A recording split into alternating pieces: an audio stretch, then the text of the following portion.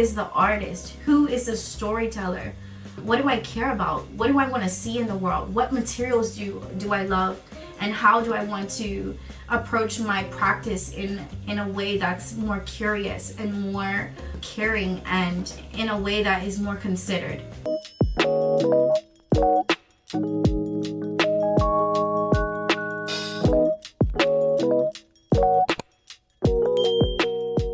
So if you're here, it's probably because you're an artist or a creative of some sort, but are not really sure how to plan out your 2025 year. Well, my name is Gherdai Hassel, and I'm a visual artist. As an artist, one of the things that I really love about my studio practice is having some sort of sense of direction. And so over the past 5 years, I have consistently been applying to residencies. I've been exhibiting my artworks in exhibitions. I've been traveling. I've been installing museum exhibitions, as well as trying to consistently keep up my daily studio practice. And in order to do that, I have set up a system that works for me, where I have a daily studio practice, where I have different business tasks that I tackle on specific days of the week. And I have sort of like a system that I have in place that just sort of keeps me running and keeps me going. But at the top of 2024, I actually felt really burnt out by this sort of systematic approach to my studio practice. And so I decided that I was going to not plan anything for 2024, but I was literally just going to approach my studio practice day to day, not have any real specific goals, just make what I wanted to make. And I just didn't want to be bogged down by the whole idea of creating all of these goals. Because in 2023, what had happened for me was I was just too burnt out. I was booked and busy, and to be honest, at the end of the year, I felt really drained. And so when 2024 came, I decided, you know what, I'm gonna approach 2024 differently. I'm not gonna do the same thing that I've always been doing, which is just sort of like really systematic, to the T, can't make any mistakes, like sort of approach to my practice. And this year I wanted it to be a little bit different.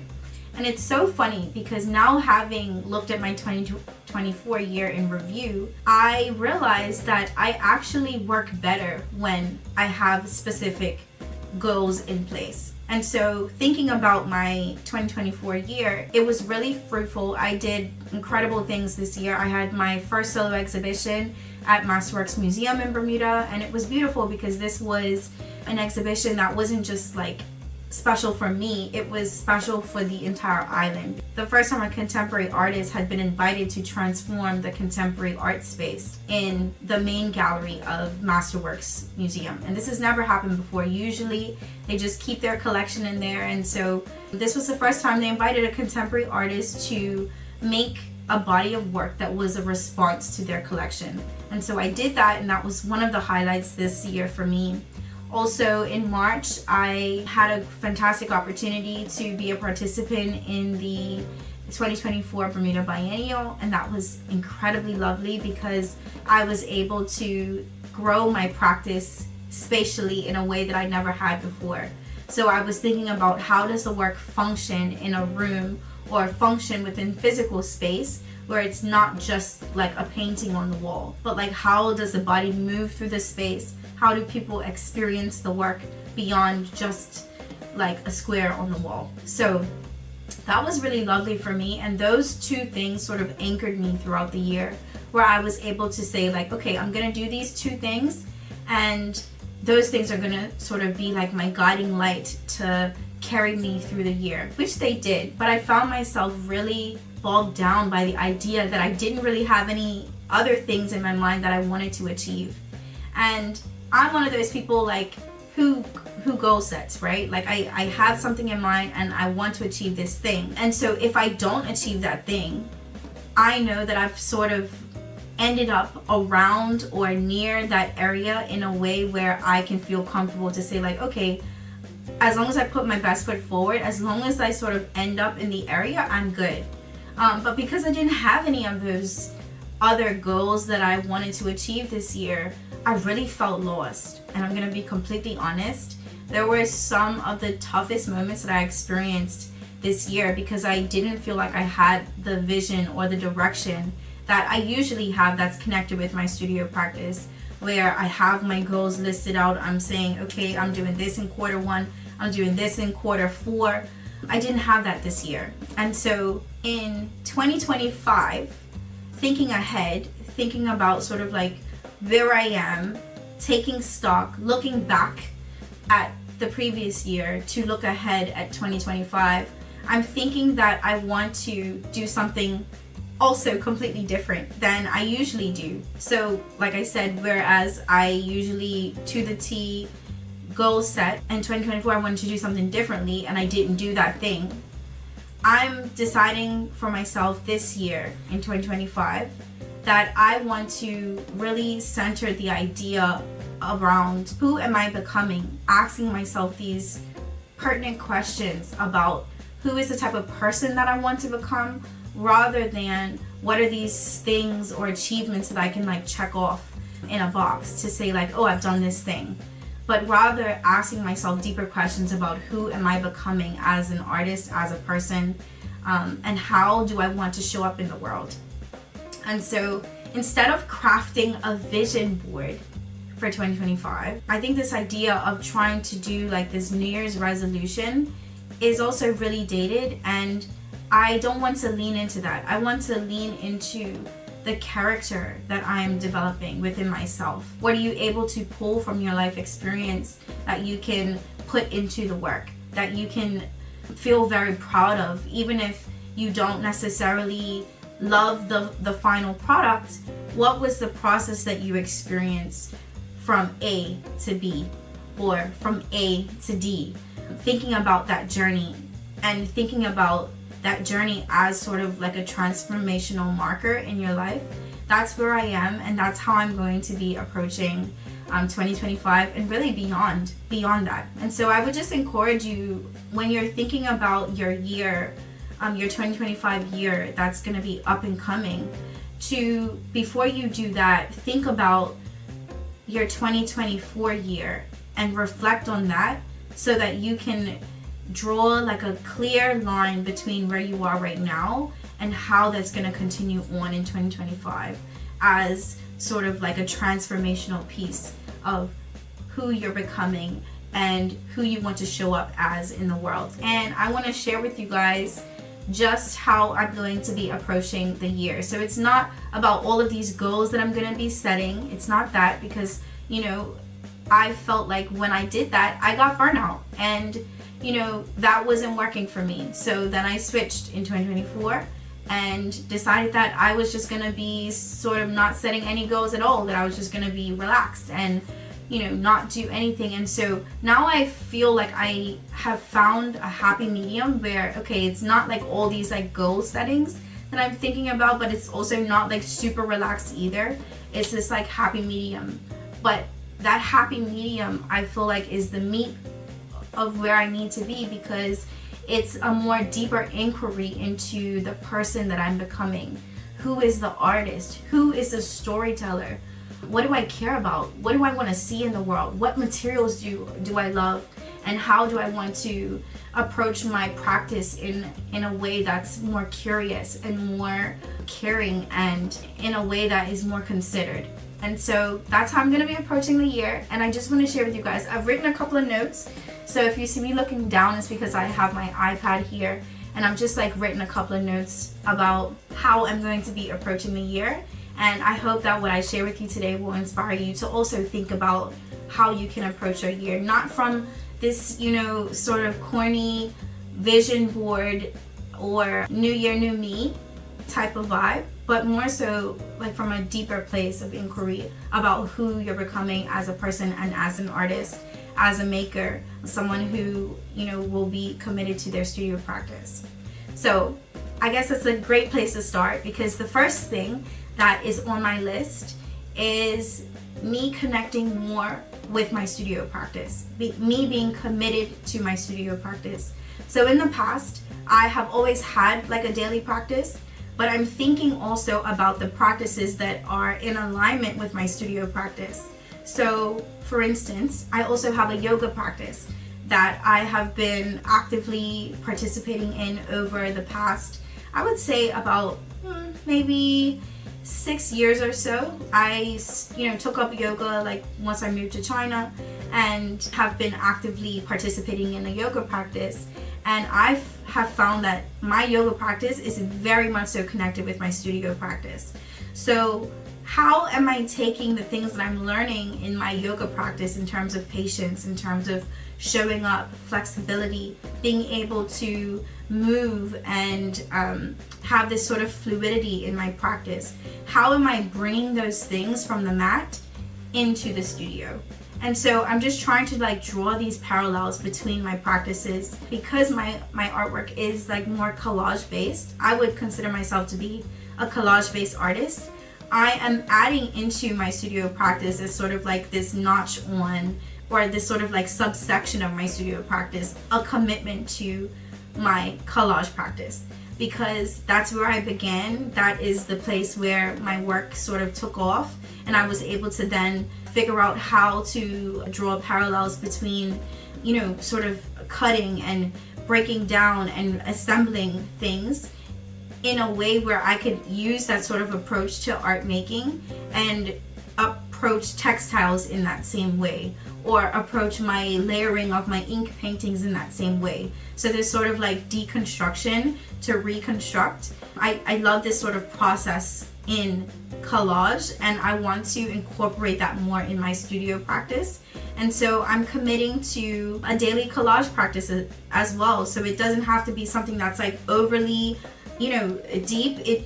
I just said to myself, you know what, I want to make a collage a day.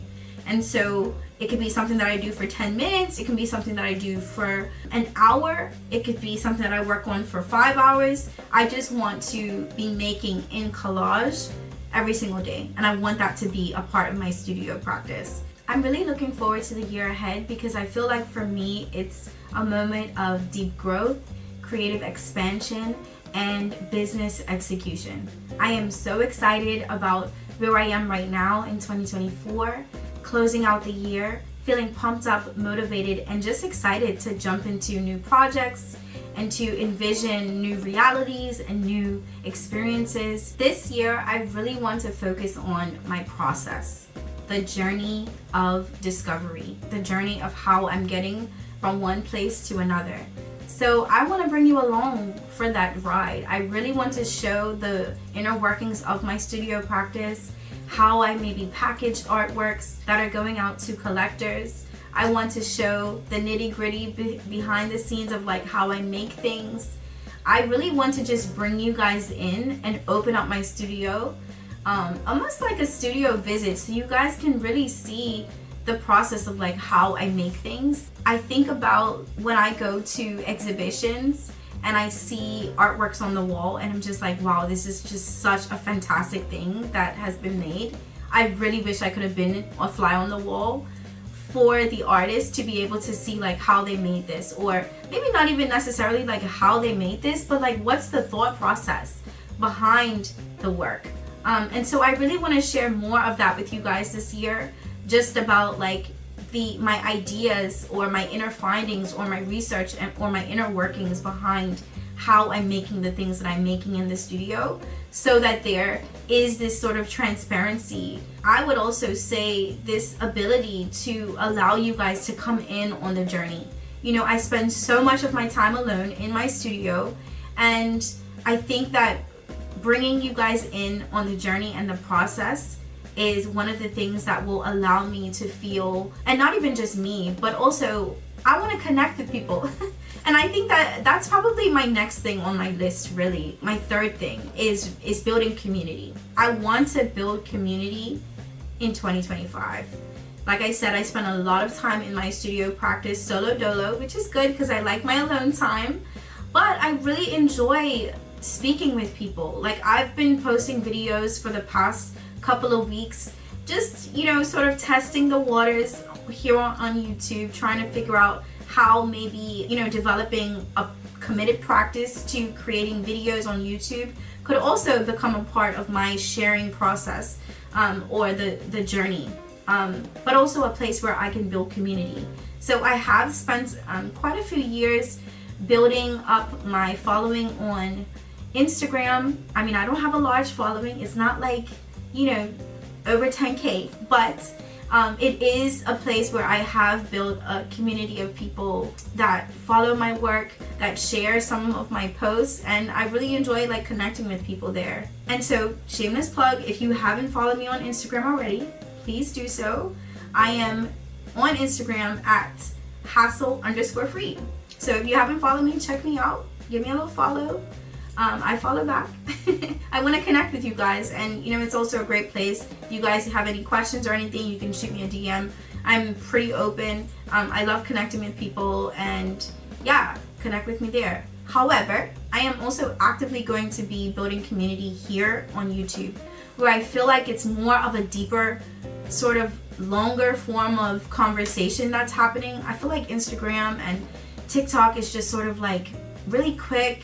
You know, it gets like maybe 30 seconds of your attention and then people have like moved on. Like, that's not really like what I'm looking for. I'm not really looking for like a surface level type of connection with people, or this sort of idea of just like, you know, building a viewership that's sort of like based on this fast or rapid paced sort of engagement. I'm not interested in that.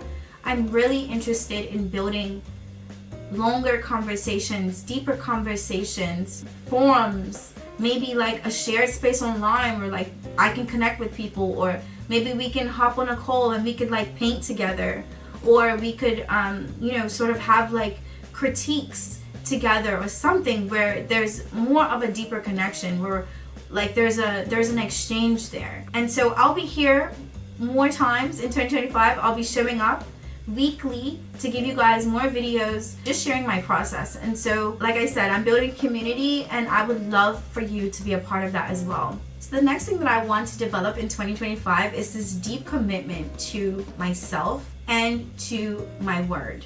I always felt like I was a person who, you know, would say something and would follow through on that and would deliver on that. I feel like I'm a reliable person. However, I want to deepen that even further. One of the things that I've found along my journey is like I get really excited. I come up with all these incredible like ideas, and I get afraid and I don't act on it. And so I want to be a person who has these ideas and who acts. A person who respects their ideas and brings them into fruition in some way, shape, or form. And so me sitting here in front of you right now, in front of this camera, is actually a manifestation of that, because I have thought for the longest while that I wanted to pick back up my YouTube channel. I started, if you look at my older videos, I started years ago when I first decided to go to China, and I wanted to document my entire experience there, and I wanted to share all types of life experiences, opportunities that I was taking, my travels, my journey to become an artist.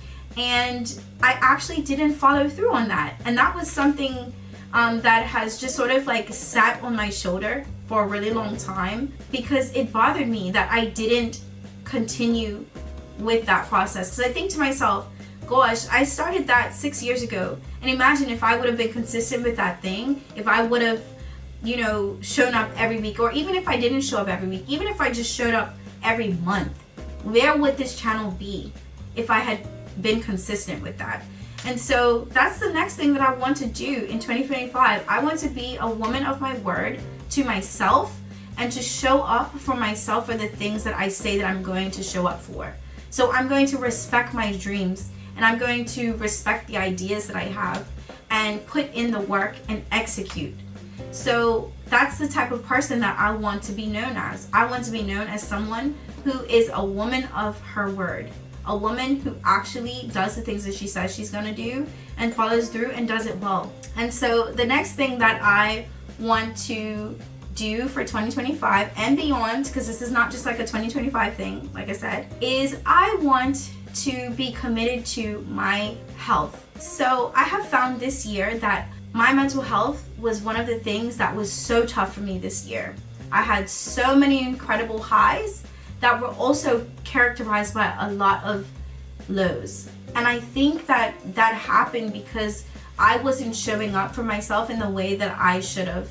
So, like for instance, I'll give you a prime example. I'm usually a night owl. I stay up all hours of the night, or I would say like just typically in general, that's just my natural state of being. Like when I was a baby, my mom took me to the doctor because I would just be like up in the hallway walking at night, and she wasn't sure what was happening to me. Like, what's wrong with this child? Does she have like insomnia or something? And when she took me to the doctor just said no, like she's just creative and just leave her. So my mom would like find me in the hallway, or like, you know, on the floor in the morning, just like there coloring or something, or like with the coloring book there just sleeping, because I was just up and creative all night. And so that's just like my natural state of being. However, that natural state of being, me being a night owl, has really impacted my sleep hygiene. And so one of the things that I want to focus on this year is really dedicating myself to getting on a regular, proper sleep schedule, because I've found that like my sleep, when I don't get enough sleep, I don't function very well in my studio, and then that impacts like all the other things as well. So I really want to pay attention to my health this year. I want to be ensuring that I'm going to the gym and, you know, doing weightlifting, that I'm also making sure that I'm committed to my diet, that I'm eating the things that I'm supposed to be eating, high protein diets. This year I learned from my specific blood type that I must eat meat. And I was someone who actually became a vegan when I moved to China, because the meat actually messed with my system. And so I stopped eating meat for years.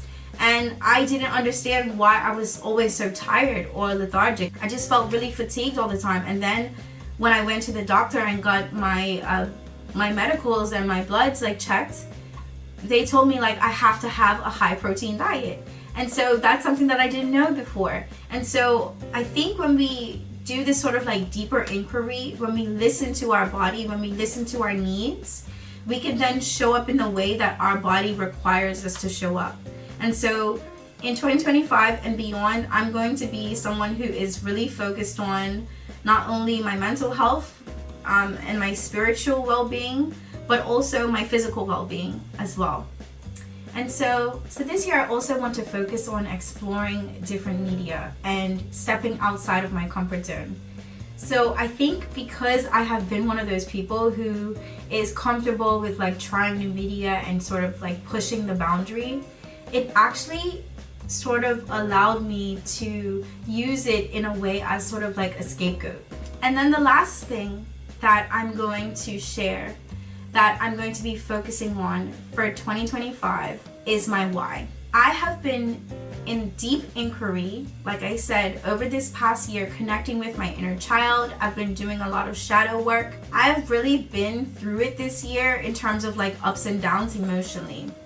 And I feel that that is a direct result of me not being connected with my why.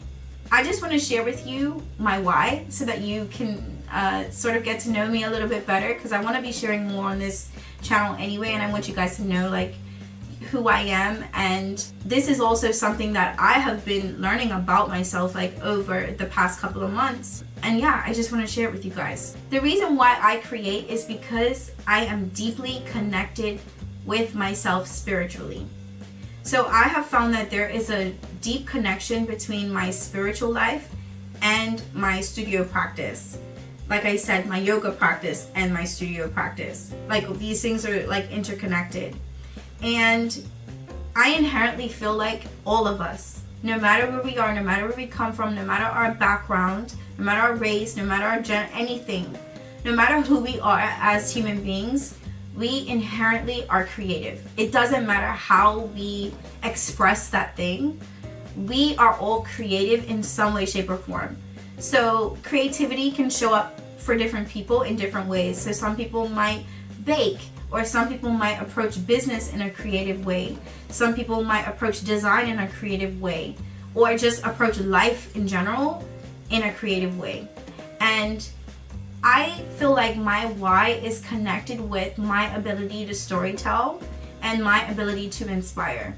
And so when I think about the overall purpose for my life, my purpose in being is to inspire others to find and foster their creativity within themselves. So yes, my creativity and my art making, like that's a form of my creative expression.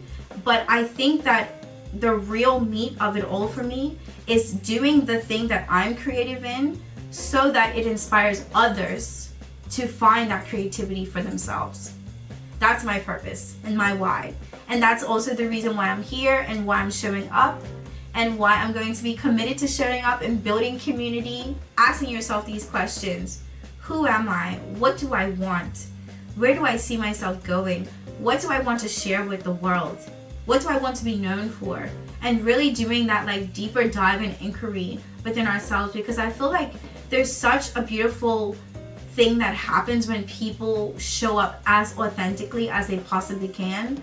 I feel like the world just becomes a better place. And so I'm gonna be over here in my corner of the internet, becoming that authentic person, doing the thing. And I encourage you to join me on this journey to figure out and find your creative path and your creative expression, whatever that is. Thank you for rocking with me. Thank you so much for your comments. Honestly, it's meant so much to me. You guys leaving comments. Please leave me your thoughts. I respond to all comments that people leave on my channel. I enjoy speaking with you guys. Like I said, I want to build community. I want to get to know you. So send me comments. I respond to them all. I love you guys. And I will be seeing you in 2025. Peace.